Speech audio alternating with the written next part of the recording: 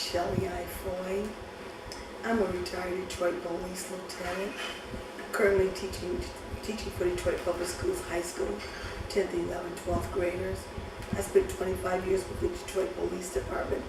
Some of my assignments were patrol duties, sex crimes unit, and for 15 years I worked the child abuse unit up to my retirement. I decided to run for city council because after looking at the things that were going on with our city, the self-entitlement attitude, the overindulgence, and I didn't see any public servants. And I decided to run because I felt that we, as citizens of Detroit, deserve better. Neighborhoods are the most important thing in this community. Both stable and unstable neighborhoods need attention. When they have a complaint, it should be acted upon quickly. You got a drug house that come into the neighborhood. Oftentimes it'll take you almost 6 to 7 months just to get someone to respond. You call the police department, they tell the citizen, take down a license plate number, tell us what the suspects look like, what type of traffic, different time of day and night. Right now, the police department narcotics unit has been reduced. They barely have any officers working. And neighborhoods people have to feel safe in their neighborhoods. That's one of the reasons why we're losing the population in the city of Detroit. People don't feel safe. My 20-year-old niece just got an apartment. And I asked her, why do you get one in Detroit? 20 years old. She said, no, I would never live in Detroit alone. The perception of crime, our image. And we have to do something to build our image up where people want to come back here. And it starts with public safety. It starts with the way neighborhoods look. You could go down some streets, you're like, wow, the people really live here. 4 or 5 blocks over from me, people really live here. You see the trash, debris, basketball rims in the street, people playing ball all day long. I mean, somewhere along the line we gotta have some expectation, and citizens have to play a part also.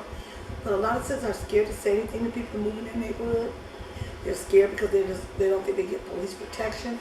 So the neighborhoods continue to deteriorate. First of all, we have to make the police department come. We need more police officers. There's no doubt about it. We need to get back to the community policing philosophy. I remember when I came on the job, we had beat officers. We had mini stations. Mini stations, a lot of people use the mini stations rather than going to the precinct. The beat officer, and when I walked the beat, I knew almost everybody in my beat area. I could tell you what car was strange. I could tell you who lived there, where they worked. And we need to get back to that community policing philosophy. Detroit has got away from that. If the police department doesn't communicate with the community, then you don't have any way of knowing anything.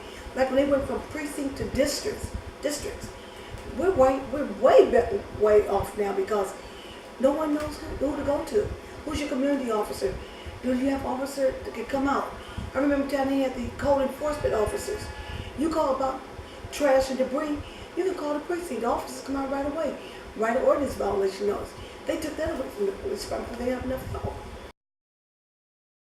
The endorsement process, the reason we are where we are now in our politics is because the endorsement process, if you don't have the money to run, good candidates get knocked out. The endorsement process, they put their money behind the people they want, their connections to get whatever their agenda can keep going.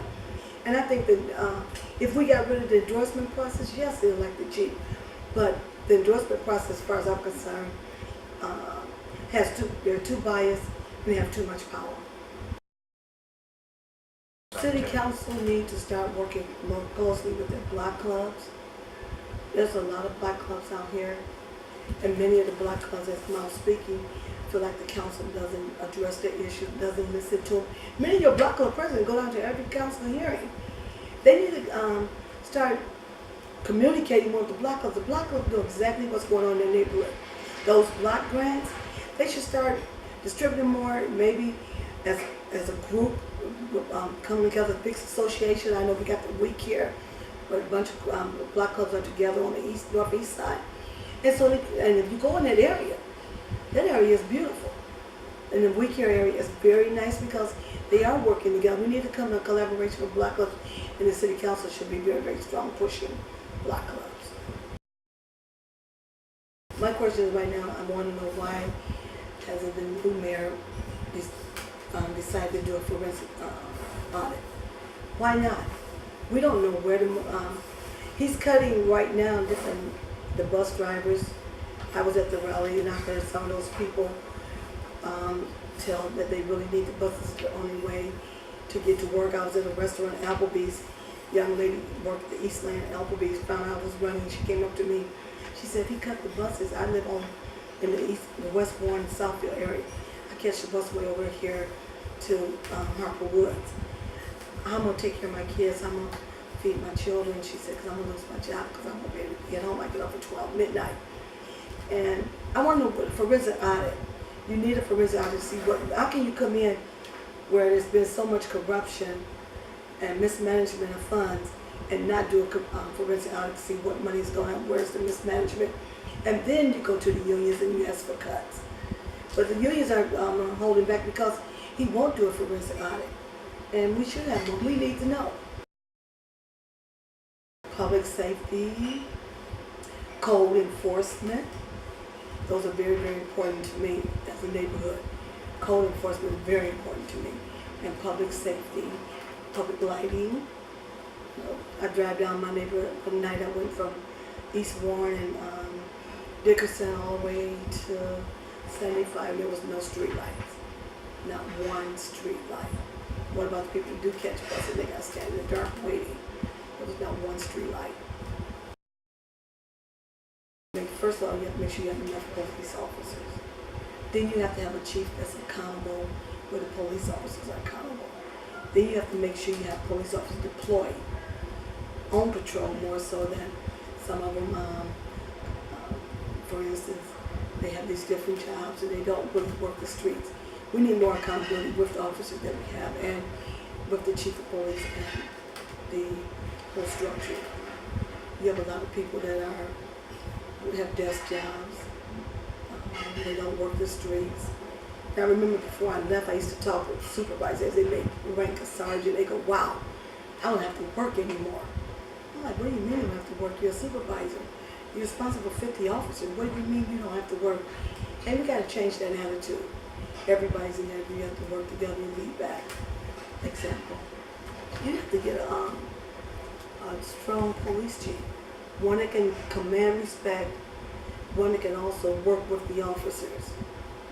You have to get a chief that knows, that can come in, command respect, expect things to be done, know how to get things done, and hold his command officers, executive deputy chiefs, and commanders, inspectors accountable.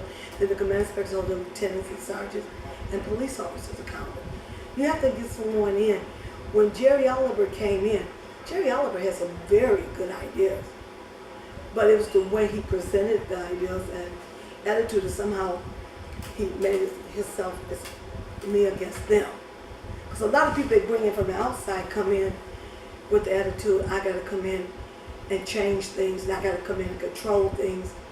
And we need a chief that can come in and work with the police department and the citizens. And the citizens. You know, the citizens also involved. I have a hard time with privatization. I think about, especially with the city employees, okay, here you've worked 18 years and you're close to your retirement, or you work 22 years and you're close to your retirement, and someone comes and says you no longer have a job. With privatization, when you first get the contract, it's going to be cheap. It's going to be cheap to get you in.